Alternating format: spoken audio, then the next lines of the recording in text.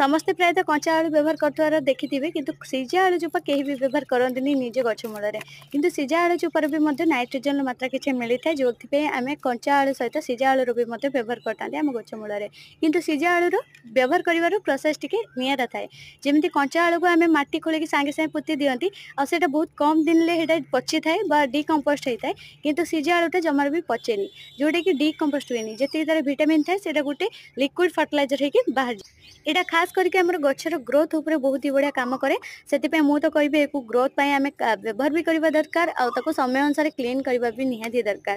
ତ ଏଇ ଦୁଇଟା କରିବା କେମିତି, ତ ଏଇଭଳିଆ ଛୋଟ ଛୋଟ ପାଣି ବୋତଲ ସାହାଯ୍ୟରେ ଆମେ ଏକୁ କରିପାରିବା। ତ ଏକୁ ହେଉଛି ଆମେ ପାଣି ବୋତଲରେ ଯଦି ଦେଇଦେବା, ତାହେଲେ ଏକୁ ଆମେ 2 ମାସ ଭିତରେ ଇଏ ଡିକମ୍ପୋଷ୍ଟ ଯେତିକି ହେବା କଥା ହେଇଯାଇଥିବ, ତାର ଯେତିକି ଫର୍ଟିଲାଇଜର ଦେବା କଥା ଦେଇଥିବ ମୂଳକୁ, ତାପରେ ଆମେ ତାକୁ ସଫା କରିପାରିବା।